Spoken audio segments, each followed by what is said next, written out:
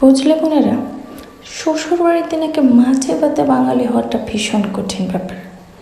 আমি দেখলাম এখানে শাশুড়ির কথা চলতে গেলে স্বামীর অবাধ্য হতে হয়, আবার স্বামীর কথা চলতে গেলে শাশুড়ির অবাধ্য হতে হয়।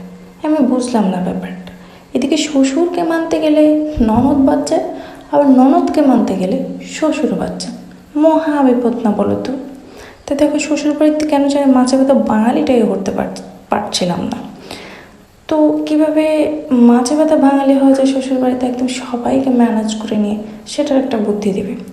আমি অবশ্য সে বুদ্ধি খুঁজে না পেয়ে একদম সবার কাছ থেকে লুকোচুরি করে আস্ত একটা মাছ ভাজি করে খেতে বসে পড়লাম। সাথে কিন্তু আবার কাঁচা কলার একটা তরকারিও নিলাম।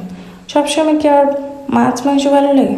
মাঝে মাঝে একটু অন্যরকম করে খাওয়া খেতে হয়, নিজেকে শান্তি দিয়ে খেতে হয়। তাই আস্ত একটা মাছ ভাজি নিয়ে বসে পড়লাম, আর সাথে কাঁচা কলার তরকারিটা সেই যে কেমন গেল আমি তোমাদের কি বলবো। আমার তো আবার বলতে বলতেই বুঝতে পারতেছো লোভ লেগে যাচ্ছে। দেখো, তোমাদের কি জিনিসটা ভালো লাগে কিনা জানাবে। আর এদিকে কীভাবে স্বামীর বাড়িতে সবাইকে ম্যানেজ করে নিয়ে মাছে ভাতে বাঙালি হতে পারি সেটা একটু বলবে। আমিও যদিও অন্য একটা ট্রিক্স ফলো করেছিলাম, সেটা যদিও একটু অনেক বেশি রিস্কি ব্যাপার হয়ে যায়, বাট আমি জানি না এটা করে আমার ঠিক হয়েছে কিনা। তবে আমি কিন্তু ঠিকই নিজেটা নিজে উদ্ধার করে নিলাম। বলো তো কেমন হলো ব্যাপারটা?